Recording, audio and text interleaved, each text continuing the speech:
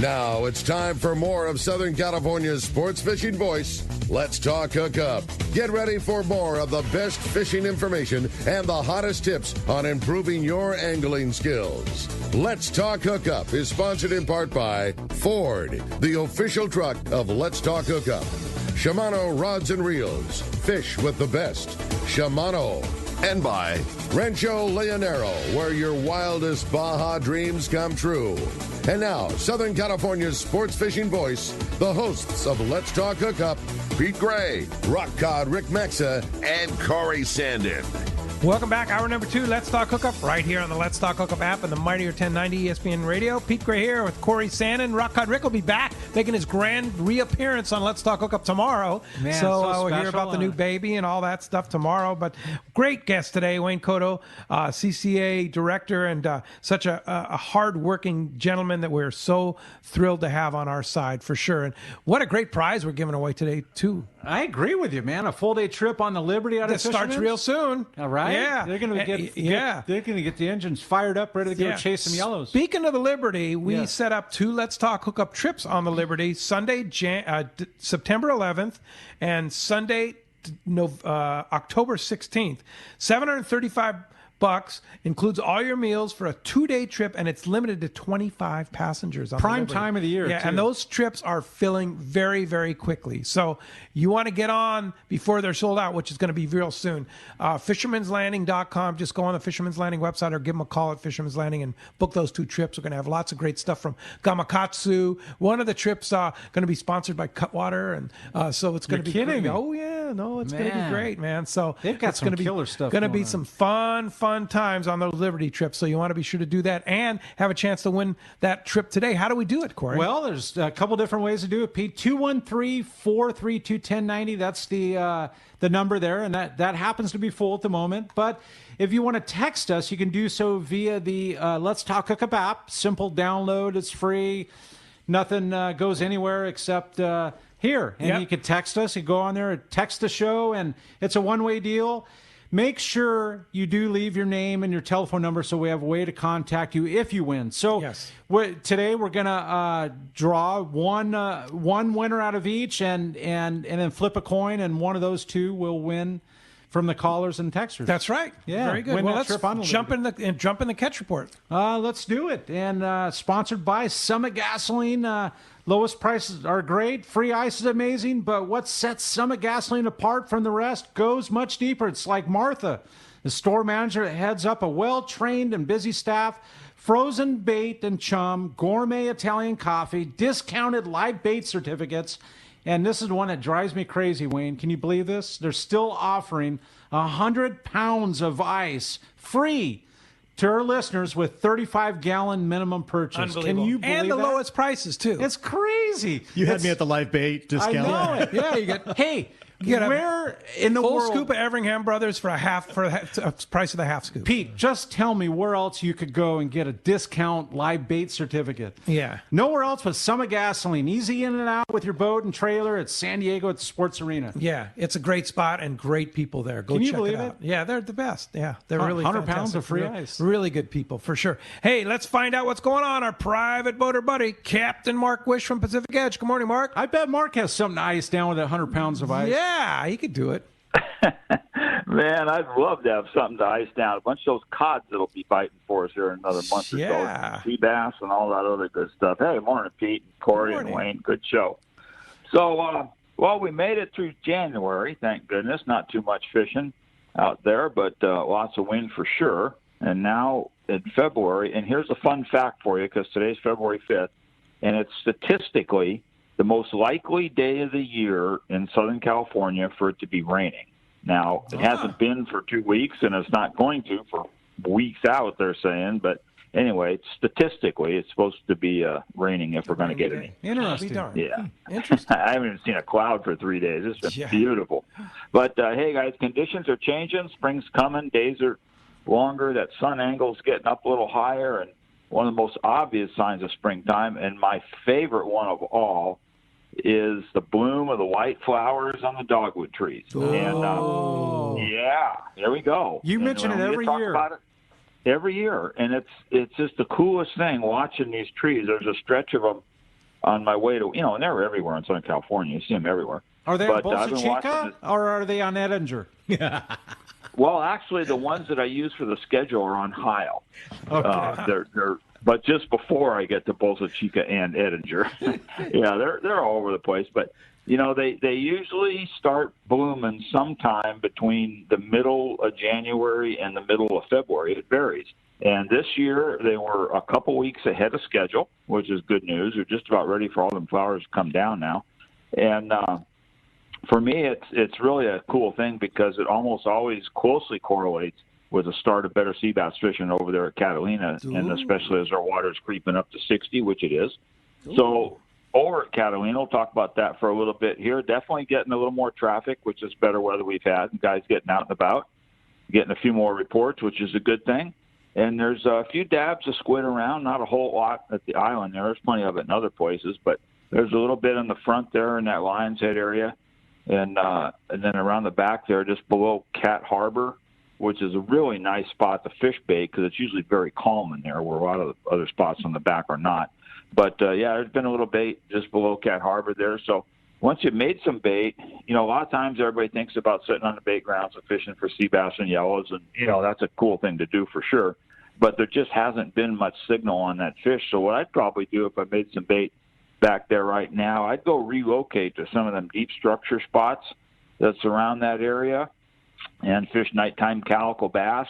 So nighttime bass fishing at this time of year, man, it's cold. I froze my butt off many a night, but them big bass love that squid leadhead combo. Fishing on heavy tackle guys set up on the edge of the structure. A lot of times we're putting the anchor into 20 fathoms and we're fishing back up against these bigger rocks, so you're fishing in like 12 to 15 fathoms like that. But, you can fish pedestal rock proper, which is a little below where you made your bait, and the deep structure that's just a little above Cat Harbor, and then there's a big rock out in front of the Screaming Monkey and Sentinel Rock proper like that. That's all great nighttime bass fishing. And along with that bass, this is why you got to be fishing heavier tackle, guys. You hook some whopper sea bass in there at this time of year also. So it's a good thing to do, something a little different. Don't see a lot of guys doing it anymore. No reason that you shouldn't other than the fact that it's cold at night. But, man, those big bass bite really well. Same spots in the daytime, you can't hardly catch a 10-incher to save your soul, but those 5-pounders will bite at night. Yeah. So that's a little Catalina report for you. And for you guys that want to learn how to fish that island, there's a lot of technical stuff to learn about that. I wrote a little book called In the Gray, 500 pages of how to fish Catalina. You can get it on our website, or you can come by the store, of course, and I'll show you how to set your stuff up, set you up with some stuff. And In the Gray is absolutely the Bible. Every fisherman that fishes Catalina has to have that book. I know you have it in your office. It's right somewhere. here. It's right there. I'm looking right at it. Okay. Actually, I have it on the boat now. I moved it to the boat because when you go to Catalina, it's like I always reference in it. It's like, where did Mark say to go? How to fish this spot? It's got it all literally the spots tells you how to fish spots. That's incredible. Yeah. Hey, Mark, I have a question. That sea bass, where do you think it is? Because the bait's there. Do you think it's like, what's on your mind? That's the toughest of all the sea bass questions is where are those fish at this time of year? Yeah. And, personally, I think a lot of them go offshore. I think there's an offshore component to that fish that hasn't been fully explored yet because, there's no mistaking looking at sea bass on a depth finder if you know anything about reading your meter. They mark, because they're bigger fish and they got very large air bladders, they mark very distinctly. Right. So it's really easy to see when they're around. And there's just not much around. There's a little sprinkle Catalina, but, there's no volume, no schools. And, personally, I think they're offshore. In years past, I remember hearing some of the guys that fly for the commercial fleet in between Catalina and Clemente, and it was like March or something, and there hadn't been anything going on. And these guys are talking about seeing a couple of big schools of white sea bass in between the two islands. They had been on the surface if they were seeing them out of the plane, and it's so crazy. Yeah. Big balls. And the next day, Catalina bit wide open. Wow, crazy. Well, there is a school of thought that says that there's the schools going all the way out to Tanner and Cortez at some point. That's exactly what's on my mind, right? So they get them out at the Cortez, and it is a lot of open ocean out there at 90 miles. Right? So when do they move in, Mark? Is it is squid related, temperature related? It's temperature and it's squid.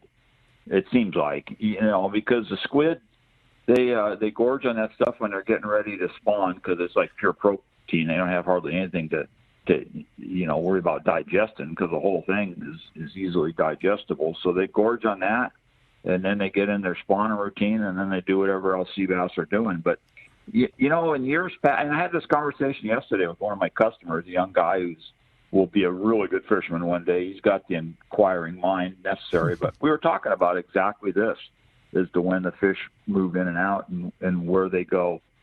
And, it just depends. Some years, and in years past, we used to have much better fishing for sea bass at the island in the winter than we do now.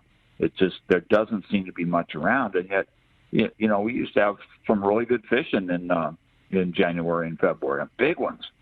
Hey, on that note, Mark, just so you know, we have the pens rebuilt for Hub SeaWorld Research Institute out there. We have broodstock that was collected at the end of last season, and we're getting ready to transport them probably this next week over to Mission Bay to the hatchery program, and then we're going to take some of our stock and move it over to the pens over there and potentially grow them a little bit larger and start that program back up out there in Catalina. So great news. Nice. It's only going to help the process, right? Yeah. So for sure. Over the years, I collected many sea bass and took them to the different boats and up to the pens and whatnot. I loved being part of that. That was fun.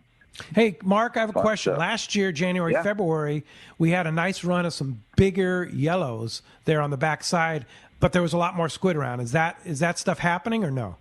I've heard very little about yellowtail. Yeah, over there. Maybe because of the lack of squid? Yeah, I would guess. And then, interestingly enough, I had some friends that were fishing Nick a while back. This was just before Christmas. They had some really good yellowtail at San Nicolas Island. And, not a boat in sight. And that was before the squid fleet found that bait that was there on the east end and got in there and wrecked that area. Mm-hmm. But yeah, they had some pretty good yellowtail fishing there at Nick. So, the stuff's around, and, we just don't know an awful lot where it goes in the winter. But Wayne, I got one for you, buddy, because from listening to you talk, you don't have nearly enough on your plate. Right, but here it comes. But talking about this sea bass stuff, since I've fished this stuff my whole life, I've got some anecdotal knowledge about the patterns in the schools and the volume of fish, and I don't see that fish recovering the way I think it should be. And I'd love to see that limit go to 1 year round and somehow put a limit on these commercial guys. The commercial guys are what really putting the hurt on them. You mean the commercial squid fleet? No, the commercial sea bass fleet. No, the rod and reel guys. The rod and reel guys. Okay. That when in June 15th comes and they'll put a whole stack on their boat. When they because sea bass when they get in the spawning mode, they're stupid, right? They'll eat everything. Yeah. No, they were eating the surface iron last year at Catalina. Right? Yeah. I agree with you, Mark. All this sea bass talk is crazy, Mark. It gets me fired up because it's all part of the inshore fishery, really. It's in my heart and passion. Yeah, and then the thing is, we've got sea bass going all the way up to San Francisco Bay, all the way down to Baja Coast now. And the problem is it's just not enough staff and enough people helping to find out, where they are going. We know that they swim there. It's like herding kittens. Yep. All the way out to Tanner Cortez, all the way up to Northern California, and all the way down the Baja Coast. And Jeff Cedros has had phenomenal bites in the summertime at Cedros, so it's kind of right there by the salt factory and down by the airport. Like, think about that range, Cedros. And we don't know if those are our tag fish. And then the problem that we also have south of the border is the commercial fleet's allowed to pull in smaller fish, which is now being imported into our markets because our markets want the smaller fish. Right. They don't want the big fish. Yeah. So, that's not helping either. So, it's a bigger problem that we're all got to work on. Yeah, but I think I agree with Mark, the commercial thing, because there's so many, and I understand that a lot of recreational guys are getting their commercial license and they're paying for their fuel and stuff like that. I totally understand it, totally get it. But the sea bass thing really needs to be addressed because they put the hurt on it when it wants to bite. As far as the commercial fleet, right? Yeah, exactly. and that's the small boat, the 18 to 25 foot. The guys that are really good at it, that do it every day. Yeah, right, Mark. Is that what we're talking about? That's what we're talking about. And as a sidebar, in this conversation I was having yesterday, when the sea bass, they were gone for many, many years. And then when they started coming back in the early 80s, there was a handful of us that were fishing them really hard. figured it out, and we're catching them. But we're mostly catching smaller fish, 8 to 15. When you got a 20-pounder, man, that was pretty cool. And today, I don't even know where I'd go to catch an 8-pounder. I'd catch a 50-pounder easier than I could catch an 8-pounder. So where are them smaller fish? Yeah, where are those fish? And I've had this conversation several times with who's the guy from Cal Fish and Game that we see at the Fred Hall shows. Director? Not the director, but the Craig Schumann. Craig Schumann. I've had this conversation with Craig Schumann, who's the ocean guy at Cal Fish and Game, or Fish and Wildlife, or whatever the hell it's called now. But but about the commercial sea bass guys, and it just totally goes on deaf ears. It's like, yeah, we know that's a problem, and it's like, well, why don't you do something about it? It just, I don't know. It's a process because it's about looking at the total stock, and then you build your quotas and you build your models on and take and everything, and then you set your bag limits, and then you got to monitor it, right? And so it's reactionary, right? It's hard to do it proactively. It's reaction to what you've seen over the history and where you think it's going trending. So it's not as simple of a process as you think it is to just change things. Right. So, and believe me, I'm not trying to attack the small commercial guy at all. I'm not trying to attack any of those. It's just this particular issue with sea bass needs to be addressed. Well, and it's something that Mark's the guru, right? And he's talking about it's already in talks. The fisheries management plan, we just had a review last year over it and talking about it, and and then you have it at different levels, right, of management. So it is there, and we have the hatchery program going. We just started our new advisory panel process because of our 1949 bill and the science advisory. We're just now getting that group together to do the analysis on the hatchery program again and set the goals for the next 5 years. So it's an ongoing process that we're working on. Yeah, for sure. And Mark, of course, fishdope.com, always the best information from, I guess Danny's coming back with more information to help Jeff out. Danny's. In fact, I forgot the most important part of the report. Glad you said that. I talked to Danny last night. Triggerfish. Wide open triggerfish bite in Santa Monica Bay. Santa Monica Bay, triggerfish bite. Yeah, how about that? Huh? That's the kind of stuff you get at fishdope. Yeah, you could use the new Fisherman's Process ceviche kit with that. Are you kidding me? Now you're talking. Wow. Now you're thinking. Yeah. $20 off a new membership to fishdope.com using the code Hookup Now, lowercase, no space. Hookup Now is your $20 code. And how do we find you, Mark? Let me ask Corey. Where do we find him? I think it might be at the corner of Bolsa Chicken and Edinger, just adjacent, not only to the mobile station, but the blooming dogwoods. The blooming Watch for the dogwood tree. Thanks, Mark. Appreciate that report and also the talk about sea bass. It's such an important resource for us here in Southern California. We all love to catch them, and let's make sure we have them for the future. Absolutely. Sure. Hey, all right, appreciate it. The blooming dogwoods, Pete, to me are like the Groundhog Day, right? Yeah. When Mark starts talking about the dogwoods, you know it's almost sea bass time. That's right, man. I'm telling you what, man. They're ahead of schedule this year, so we'll see if those fish know when they're supposed to be biting. All right, we're ready. We'll talk to you guys later. Thanks, Mark. Talk to you next Saturday. Okay, we're waiting for Marcos. In the meantime, let's go ahead and jump into those jam-packed phones. Oh, man, such good talk, Pete. And Steve from Fallbrook wants to join us on Let's Talk Hookup. Good morning, Steve. Good morning, all. And Wayne, I would like, again, to thank you so much for your commitment, effort, and your passion in protecting our resource. Thank you and Chris very much. Thank you. I was also curious. I've been hearing about NOAA talking about the Kumash Heritage National Marine Sanctuary up on the Central Coast. They've done a really good job of describing the area and the impact and whatnot, but they're not saying what they want to do with it. And I was just curious, what exactly is a heritage or a national marine sanctuary that allegedly is going to stretch from Cambria all the way down to Gaviota? So two different questions I heard in there, really. One was the necessity for having that 7,000 whatever square mile area designated as a national marine sanctuary. And then you were talking about the actual Chumash heritage group, which is the northern part of that tribe. So a couple different things. We just went through the comment period, the last comment period for the Chumash National Marine Sanctuary proposal. And everybody chimed in. They had multiple meetings, webinars that went very late in the evening. People commenting on both sides of the issue.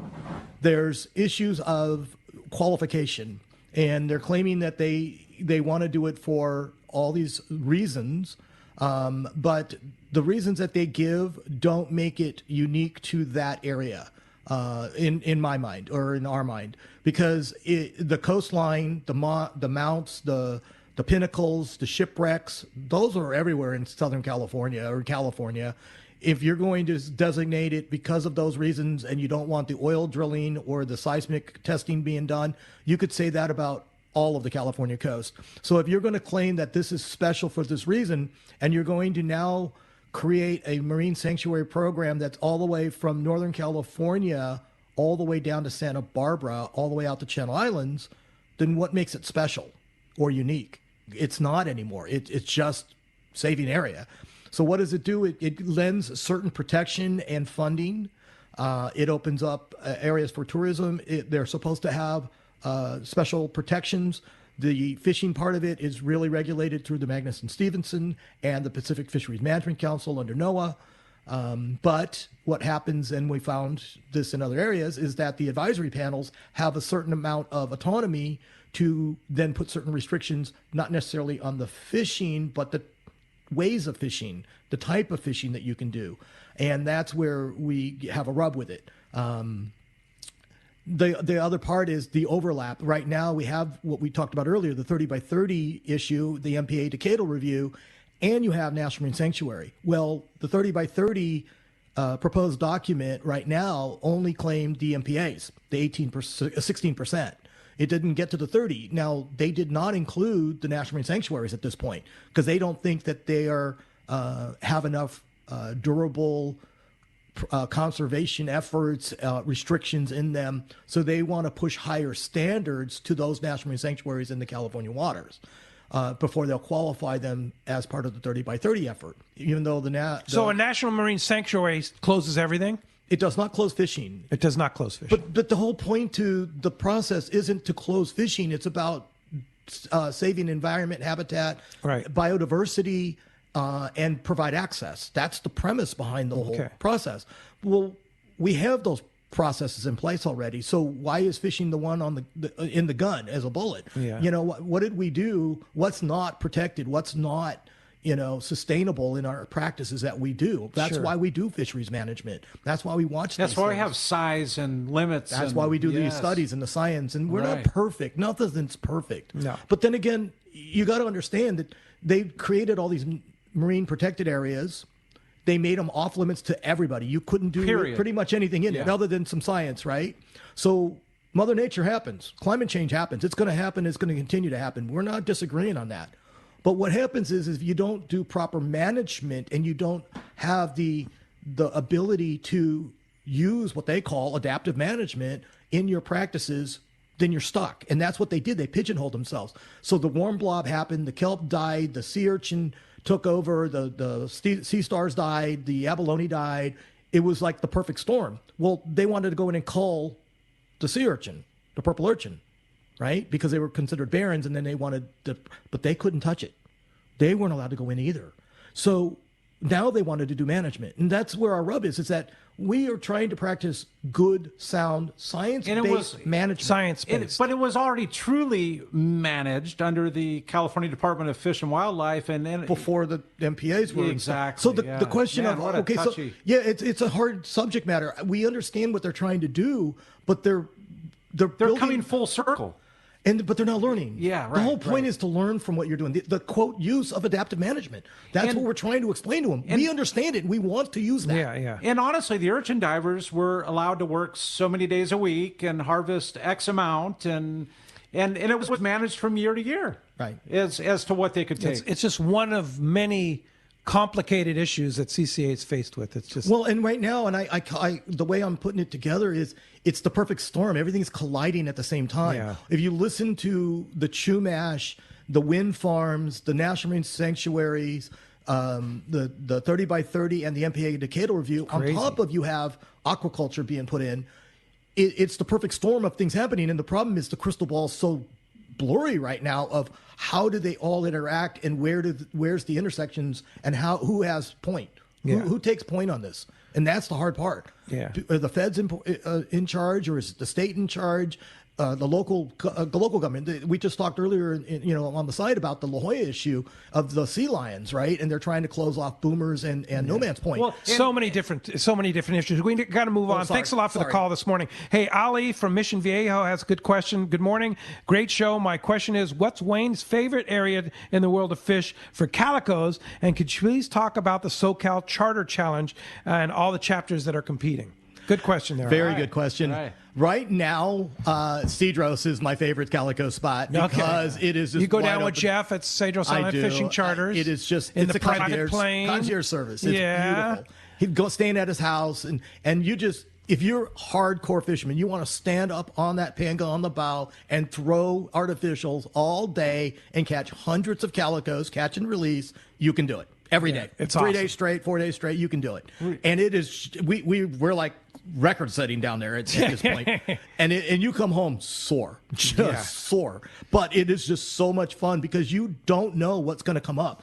That idea that you can catch the small ones, they're there, but then the big ones come popping up behind them, and I call it poaching. You want the first guy to hit the small ones, and you throw behind them because the big ones are sitting behind them. Right, Corey? It's the same thing we were just talking about on the slug, right? Exactly. So you want that 1.5-pound, 2-pounder to miss it because the next bite, more than likely, is that nicer one. Yeah. So when your buddy, with Jeff down there, when your buddy hooks a 2 to 3 pounder, you better be looking. It's the time where you don't mind casting on top of somebody. Yeah. You want the guy with you to be able to do that because more than likely it's going to be because you get so many followers down there. Oh, my God. Oh, and that's part of the fun. And that Clemente, too. Be careful throwing an A-rig down there. Yeah. Because you can have a fish on every hook. Yeah. And try pulling that over. Oh, boy. The twisted wire like a pretzel. Now, what about the Charter Challenge? The Charter Challenge is our way of trying to get back. We want to have fun just like the rest of you. We're fishermen. So what we developed was a way for all the chapters to try to get in to have a fish off.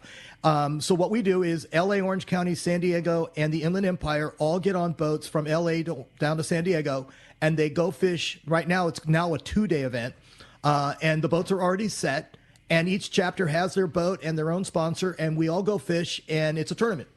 It's for fun. And how do you get in on it? You go to our website or go to our Facebook page. ccacalifornia.org. Or like us on Facebook and look at our events, and you can go up. The event is open. The boats are now chartered. The sponsors are up so there. you can buy a spot on the boat right now. Spot, right. In fact, I would go get there because every year we sell out. Oh, and this year especially. I mean, you look at the boats that are selling out. Everything is selling out. So ccacalifornia.org. Is there a particular tab on there for the Charter Challenge? You go to the events. Events. Yeah. Okay. And so it's already up there, and it takes you right to our Square site, which is where we do all our purchasing. All right. And all the boats are there, and you can register and get online. Buy the ticket right there. Buy it right now. Okay, great. Easy enough. Hey, you're listening to Southern California Sport Fishing Voice. It's Let's Talk Hookup on a mightier 1090 ESPN Radio and the Let's Talk Hookup app.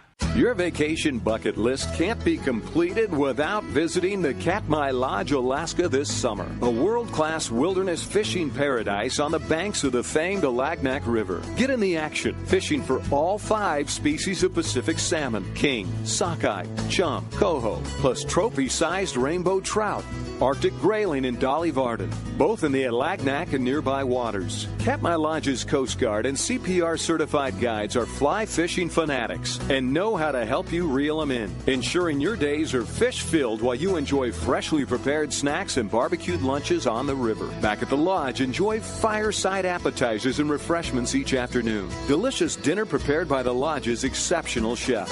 Take a quick fly-out trip to Brooks Falls in Katmai National Park for world-renowned bear watching. And check out our trout fishing specials at katmai.com. That's KATMAI.com. Katmai.com. When it comes to fishing rods for saltwater, there's just one name you need to know, CalStar. Take, for example, the Graphiter series. It's a true graphite and fiberglass composite rod, the finest it's ever been built. And for anglers seeking traditional performance, durability, and quality at an affordable price, the CalStar West Coast series of rods and blanks are the ones for you. Their master craftsmen bring decades of rod building experience to every rod they make. So if you want your fishing rods to be truly state-of-the-art, I always recommend CalStar at fine tackle stores everywhere. Hey, this is Rosie from Cedro Sport Fishing. Cedros Island is considered the yellowtail and calico bass fishing capital in the world, and nobody does it better than Cedro Sport Fishing. We are committed to providing first-class service to our guests and an unforgettable fishing experience. We have made a good thing even better. We are the only lodge to offer all of our guests a direct flight departing to the CBX in San Diego. Leave home in the morning and fish in the afternoon. We have a beautiful waterfront lodge and first-class meals and service. What are you waiting for? Call me at 619-772-7570 or check out cedrosportfishing.com. Book soon. Trips are going fast. Turner's Outdoorsman, Southern California's #1 shooting, hunting, and fishing tackle retailer since 1971, is right in your neighborhood. Now with stores throughout Southern, Central, and Northern California. No one does it better. Turner's Outdoorsman brings you the best prices and selection, plus a knowledgeable staff that will help make your day on the water or in the field more fun. Stop by your neighborhood Turner's Outdoorsman. To find a location nearest you, check the web at turners.com and sign up for special deals and more. It's time once again for the spectacular Fred Hall Show, March 2nd through 6th at the Long Beach Convention Center. The world-class international fishing, hunting, and travel show. 5 full days of family fun. Enjoy the ultimate air dogs, duck races, live music, and more. Brought to you by Anheuser-Busch. Celebrate the joy of fishing, hunting, boating, and outdoor recreation at the nation's #1 show. The Fred Hall Show, March 2nd through 6th at the Long Beach Convention Center. Get all the details at fredhall.com. This is Captain Tim Ekstrom from the long-range vessel Royal Star. With my partners Randy Toussaint and Brian Sims, we have set the bar for the long-range fishing experience. Spring 8-day, summer 5-day, or fly-down, fly-back 11-day winter trip, we deliver the highest quality long-range voyage you will find. From our premium RSW fish storage to our top-of-the-line chefs and crew, Royal Star distinguishes itself from all others. Want to grab a spot on the Royal Star? Check us out at royalstarsportfishing.com or call Tracy at 619-224-4764. Yeah, all right. Welcome back to Let's Talk Hookup on the Mighty 1090 ESPN Radio. We got a special yes, reporter. We do. Captain Jonathan aboard the Royal Polaris. Good morning, Jonathan. Jonathan. Hey, how's it going, Pete? Hey, doing great. I saw Frank yesterday. He said Jonathan has a great trip going, and I said, have him call and give us the details. So what's up? Not much. We've been rolling up the past couple of days. Traveling, guys have been breaking down some gear, but this was the Jerry Brown Line 1 18-day trip. It was limited to 18 passengers. Our first day of fishing was the 25th, and then our last day was the 2nd there. But we put together a really nice trip. I think we're a couple fish shy of filling the boat. We had 5 fish over 200 pounds. I think Lloyd Henry had a 240. Will Harris at 227, and Charles Milholland at a 220. Yeah. And then Robert Deloach picked up at 219 and a 201. Whoa. We had a few fish in the 190s, anywhere from like 190 to 196 pounds, I think. And the majority of our fish was anywhere from like 110 pounds to 180 pounds. Oh. Seemed like every day, we pretty much caught anywhere from 30 to 50 fish. Each day, I'd say anywhere from 15 to 20 of those were those 100-pounders or mid-hundreds, occasional 2 in there. And then we had some of that, call it 40 to 60-pound fish, maybe more that's 50 to 60. But, we released a lot of that or used some for chunks. But pretty much everything we tagged was that nicer grade there. Unbelievable. What a trip. Yeah, log fishing was okay. I think we had 30 of those, but, we didn't get to troll around much because we were kind of locked into a spot on the bank there. So when we were able to troll, we picked up a few. It didn't seem like there was a whole lot of those around, but, we did catch a few of those. A few times we were able to get out and troll around there. Nice. Sharks an issue, Jonathan? No, they weren't. We were able to have a chunk line going all day, and, I think we maybe hooked one shark the entire time while we were at the bank there. No fish, sharks or anything like that. Sweet. What kind of work? We get a shot, early. Sometimes they'd start biting 12:30, and they'd kind of bite till daylight there, and we'd get a little shot right after daylight. Other times, we'd scratch and get a couple fish, early in the morning, and then, we'd sit there for an hour, and then that current would start pulling up, and, we'd start doing pretty good there late morning. But early morning and kind of late morning there were consistent, and then the rest of the day you can kind of scratch at fish. You know, you'd see them boil around, but predominantly in the dark, and then late morning was when it was biting best. A couple afternoons we got a little shot late, but for the most part all our business was in the morning there. So awesome. What a guys great were getting trip. bites on skipjack. You know, some of those knife jigs were catching some fish, PL68s, I think Caddy 15s. We were getting fish on sinker rigs. Man. Dropping back a skipjack to go pick up a big yellowfin. There's nothing more fun than that. Oh, you're sitting on a 30 wide or a 50 wide, and that thing starts screaming. Yeah. Sounds like a lot of fun. And having a celebrity appearance by Jonathan Yamate on the trip. Captain Yamate. For sure. Is that going to happen again, John?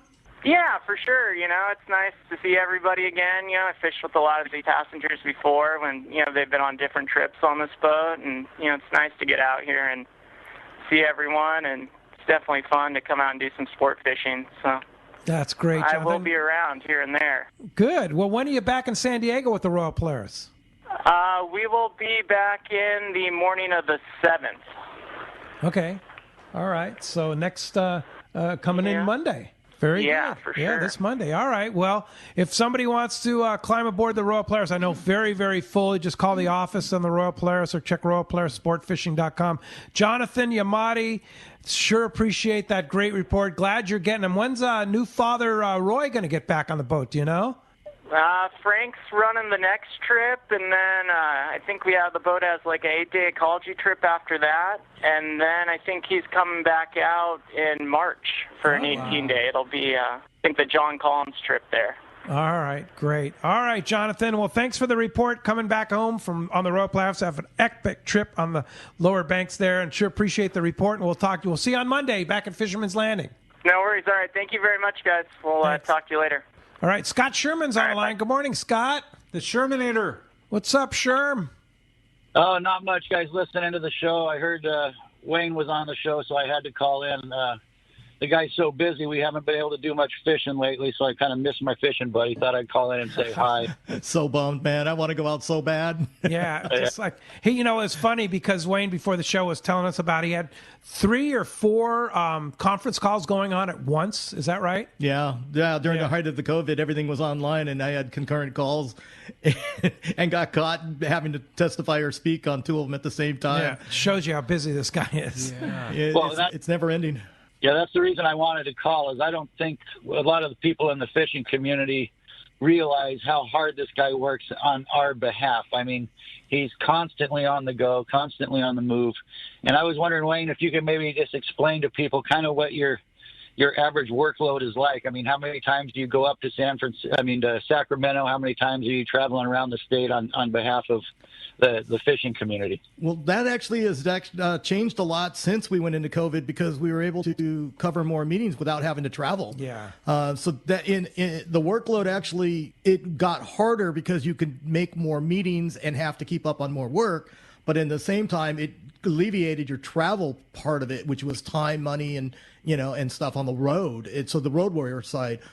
But we really haven't stopped. I mean, you guys saw I was all the way up in Sacramento a couple weeks ago for the show. Went up and worked the legislature up there with some of our assembly members and senators and aides, and then worked the show for the weekend. Drove straight down on Monday and was in meetings till Monday night until 7:30 at night. And then it just went right into the next week, and here we are. I don't know how you do it. So, man. And then we ran up, got back from Bakersfield on Monday, got back from Sacramento on Monday, drove up to Bakersfield on Wednesday for a seminar that we delivered, a lobster seminar, and then drove home that night. And then you're supposed to be in Santa Barbara today, but we drug you in here instead. I'm so happy. Yeah, so Chris had to go. Chris had to go to Santa Barbara. This guy is nonstop. Well, sure, appreciate your kudos there, and I know your fishing buddy will be back soon. All right, thanks a lot for the call this morning. I hope so. Good talking to you, buddy. Yeah, Thanks, good stuff, Scott. Hey, I've got a text here, Pete, that kind of falls in line with all this. This is from John Amira Mesa, and he says, Wayne, is CCA directly is it funded by other entities besides membership and private donations? Good question. It is a very good question. We are funded mainly through our industry.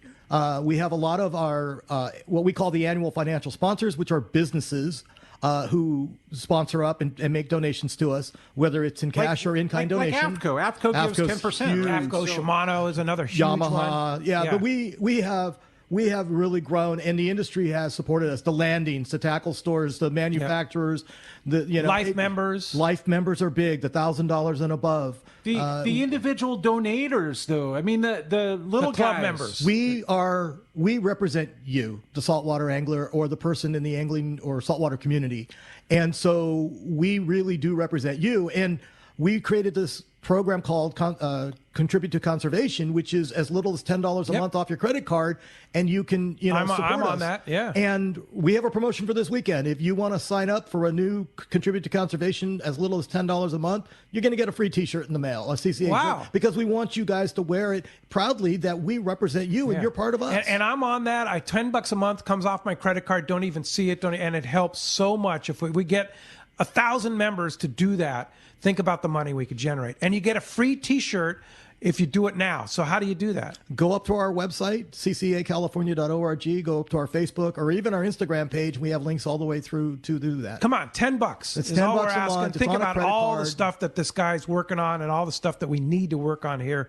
They need the money. We need the money. We want to represent you. Give CCA $10 a month. It's not going to hurt you. And get a free T-shirt out of the deal. Absolutely. Yeah, CCA California, and then what tab? It's up on the it's right off the events tab. Okay. So. All right. Very good. All right. Thanks. Good question. Let's really jump in good. the phones. Let's do it. How about Gus? Gus in Burbank wants to join us on Let's Talk Hookup. Good morning, Gus. Yo, you guys. Hey, Yo, Gus. I have a question. Hey, yeah, yo. I had a question regarding a commercial I heard earlier for the Fred Hall show, and I was wondering, is Let's Talk Hookup planning to do their remote broadcast this year? No, we will not be there. We're going to have some representatives calling into the show, but we won't have a booth, and we won't be doing a live broadcast. We'll be right here in the world headquarters. Okay. Yeah. And we're going to miss the salmon. Yeah. And the bagels. Yeah. Oh, yeah. We'll miss the salmon. Oh, yeah. But as they say, the show must go on. Yeah, but, if you wanted to send that down for the guests in the studio, Right? we're happy with that, Gus. Yeah. Thanks a lot for the call, Gus. Appreciate that very much. Got a great text here. Wayne, I've seen you evolve over the years as an avid, enthusiastic, and super informed Ichiban spokesman for CCA. Thank you for important contributions. Tell us what you think the biggest challenge that CCA faces this year, Norm. That's Norman in San Diego. Hey, Norm. Thanks for the text. What our biggest challenge is unfortunately, it's us. Our guys want to go fishing, and I understand it, and I do too. The problem is that if we don't stay informed and we don't stay engaged, then we're going to get railroaded. We have to get more people that have the same passion to want to get involved and help mold the future. Otherwise, they're going to mold it for you. And that really is our biggest challenge right now. It's across the board. It doesn't matter what level of government or what level of engagement. Everybody's a volunteer usually coming into this thing, and you have to just gauge your level of involvement. But if you don't get involved, if you don't stay active, then they're going to get their way. And that's our biggest challenge right now. That's good. Well said, for sure. Thanks a lot for a good text there, Norman. Want to remind you that I know it's 2023, but it's coming up quickly. We have a great trip planned going back to Whalers Cove Lodge in Angoon, Alaska. It's one of the greatest fishing destinations in the world. This place is so wonderful. And they've reduced the number of people there from like 55 to like 30. So it's a real custom deal. All the rooms are so gorgeous on the water. And you talk about even less fishing pressure than before. There was no fishing pressure before. Now there's hardly any fishing pressure at all at this place. From 55 to 30 people. Yeah, it's pretty amazing. So we've booked a trip because you have to 2 years in advance. June 26th to June 30th, prime time for the king salmon, halibut, rockfish, giant lingcod. It's I saw that picture of yours. I got close to a state record lingcod there. It's unbelievable. That thing was huge. Yeah. It looked like a dinosaur. It was like 60, 70. I don't know how big it was. It's like monster. 20. It was like 40 53 inches. I think the state record was like 54 inches or 55. That thing's a monster. Yeah. But if you want to go, I'm going. Can't wait to go. I know my wife Lolly's going to go, and Harold Davis will be there with his wife. It's a great couples destination, too. WhalersCoveLodge.com. Call them at 800-423-3123. It's June 26th or the 30th of 2023. But like I say, don't wait because it fills up quickly. Go to our for all of our trips, go to the trips page at letstalkhookup.com, and all the details are right there. Let's go ahead and jump back into those phones. Yeah, talking about Whalers Lodge, man. That sounds like a lot of fun for sure. How about Don? Don at Woodland Hills. Thanks for joining us, Don. Hey, good morning, guys. Wayne, thank you. Thank Chris. Thank all the members of CCA for what you do for all of us anglers. My question for you, Wayne, is you talk about the anglers getting engaged. Obviously, ponying up the membership on an annual basis helps on the financial side, getting involved in the raffles, et cetera. But what else can we do as individual anglers to help support CCA? Join our chapters. If you get engaged with the chapters, then when they have their meetings, the goal is to be able to pass information and keep you engaged on what's going on. If you're a member, then you get our newsletter. Make sure that you're reading that every month because it's keeping you up to speed on everything that we're working on. Like us on Facebook and Instagram because we not only try to put fun events up there, but we try to keep you engaged on what the issues are that we're watching. And then we need help. We need volunteers to start engaging in the meetings, the commissions, the councils. We need help. We need bodies. We had a text from Ralph and Menifee that said that exact thing. It's like, how do we volunteer? Yeah, there's appointments into certain things. If you want to get into the Pacific Fisheries Management Council, right now we have an opening at the commission that's going to come up, the Fish and Game Commission. Well, who do we have in line that's willing to step up and become a Fish and Game Commissioner? It takes time to build those relationships, the network, your reputation, and get you out there. We don't have enough people that are in the wings waiting and willing to get into these spots. And the same people like myself can't do them all. We can't volunteer to be a commissioner and a council member and work on highly migratory species. And you know what I'm saying? It takes a lot of bodies, and we need people in those specialty areas to help us. So there's a lot of areas, but first get involved with your chapter, help us with our events and our fundraising. The more that we can do the fundraising, the more than we could try to then afford people to help cover those areas if we can't get the volunteers. So it's going to be one side or the other. Either we're going to find the volunteers to help us and then they do it and stay engaged, or we're going to have to find enough money to then pay people to do it, right? Bring staff on board. Right. Okay. Hey, good question. Thanks a lot for the phone call. Got a lot going on there, Don, for sure. Appreciate you calling in. I've got a text here, Pete. It's from Hills in Ventura, a good buddy in Ventura. And he's got a question about the state closures. He says, how did the Point Dume closure allow spearfishing and no hook and line? Which is interesting, right? And it's the same thing at Swami's, too, it is. Right? Yeah.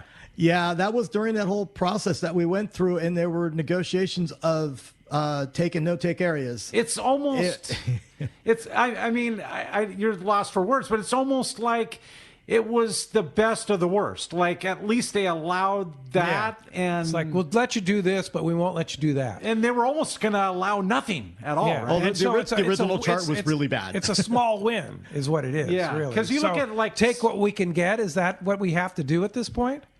Well, we ended up settling for what we could get in this one, right? I mean, and this is why we have to fight, and this is why this organization is so important. If we stay engaged from the beginning, if we didn't have CCA, I mean, there'd be nobody fighting for our rights to go fishing. If we didn't fight AB 3030, that was MLPA 2.0. That's why we penned it up that way. Wow. Because they would have rolled us. If they got the legislation through, then that put the statute in place for them to do it. Yeah. To get us. That's why it's important, because that's the same thing that happened on the MLPA fight. We didn't fight hard enough to block that legislation, which gave them the legs to then do the MPAs. And there were some people involved in that, like Wendy and Tommy Gomes. A lot of people so engaged. Exactly. There were so many people. Merritt. But what happened is we let the legislation go through. then they fought on the MPA implementation side. Yeah. So we need to fight farther earlier in the process to avoid these And that's problems. what being a part of CCA and helping fund CCA That's is all why about. we have Wayne. Yeah, that's right. Hey, they handle, in my words, what I call all the BS. Yeah. All right. Hey, we're going to be right back. We're going to find out who's won this full-day trip on the Liberty. And there is no BS in that. They're getting started here in, just a couple weeks? Yeah, I think All this right. week. All right. Hey, we're going to be right back on the Let's Talk Hookup app, Mightier 1090 ESPN Radio. One of the dream trips for most anglers is Alaska. There are so many lodges. How do you make a choice? It's easy. Choose the one most Let's Talk Hookup listeners return to time after time. Kingfisher Charters in Sitka, Alaska. No one does it better than Kingfisher Charters. They offer the best service, the most comfortable accommodations, fantastic food, and the finest charter captains in Sitka. All for the ultimate value. One visit and you will understand why nobody beats Kingfisher Charters. Sitka is famous for some of the best runs of salmon in Alaska. And if giant Alaskan halibut is your target, the expert captains at Kingfisher Charters know the hot spots and can put you on a fish of a lifetime. Plenty of rockfish and huge lingcod are there too. And when it comes to fish processing, the best in Alaska is Kingfisher Charters. It's all included in your package. In fact, everything is included except tips. It is truly amazing how the Kingfisher crew continues the quality of service they deliver year after year. Kingfisher Charters, 800-727-6136 or check kingfishercharters.com. You've been waiting for it, and it's finally here. The Gamakatsu Nautilus Ringed Circle Hook is now available in sizes 4, 2, 1, and 1/0. That's right. Those smaller, highly sought-after Gamakatsu circle hooks are now available in ringed and non-ringed versions down to size 4. It's the hook that will help you get that bite. The Gamakatsu Nautilus Circle Hook. Now in smaller sizes in ringed and non-ringed styles. Get it now at select tackle shops. Great fishing is what Seaforth Sports Fishing in Mission Bay is all about. With free parking and fully stocked tackle shop, Seaforth Sport Fishing is a favorite among anglers. Come aboard top boats like the Aztec, Cortez, Endeavor, Apollo, Outer Limits, Elgato Doe, Pride, Polaris Supreme, Tribute, Pacifica, Pacific Voyager, and the Voyager. Plus, the new Seaforth, Sea-Watch, and San Diego offer the finest half and full day trips available. Seaforth Sport Fishing. For charters or schedule, check seaforthlanding.com. Run by fishermen, for fishermen in Mission Bay. It's time for the Power Pro 30-second seminar. I like catching big fish, and I like smaller reels, too. How do I make sure that I have the capacity to land the big one? I fill my reels with Power Pro Max Quattro. It's 25% thinner than standard Power Pro, so you get more line on that small reel. Power Pro has a complete series of highly effective lines, including the brand new Power Pro Depth Hunter Offshore, with different colors every 100 feet. Perfect for flatfall fishing. Want to learn more? Check powerpro.com. All right, welcome back to Let's Talk Hookup. There's only going to be one winner. Right, and we have a winner selected on the phones.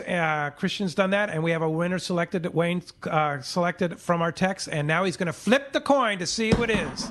And we've got a caller. The caller. Right, okay, Ryan in Irvine. Congratulations, Ryan. You're going on the Liberty. Right. All right. Lucky. Very good. And Wayne, again, support CCA. How do we do it? California, CCACalifornia.org. Do the contribute to conservation. If you're a business, we have the annual financial sponsorship. Like us on Facebook.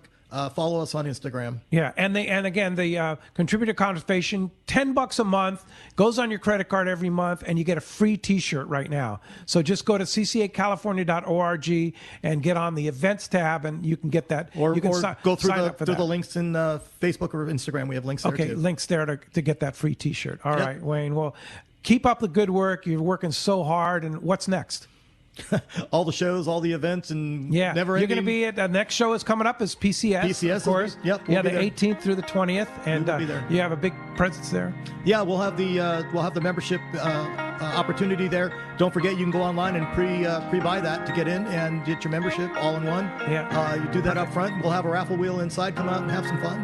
Get some good prizes. All right. Thanks, Corey, for being here, and we'll look forward to having you back as co-host very, very soon, because the return of Rock Hot Rick tomorrow on deal. 7 to 9 a.m. Captains John and Peter from the Islander will be here. We're going to have a great show for you 7 to 9 a.m. tomorrow morning. And thanks, Christian, for all he does on the phones and the board back there, and of course to Adam, our main man on the app, and all the hard work that Adam does behind the scenes. Thanks for listening today.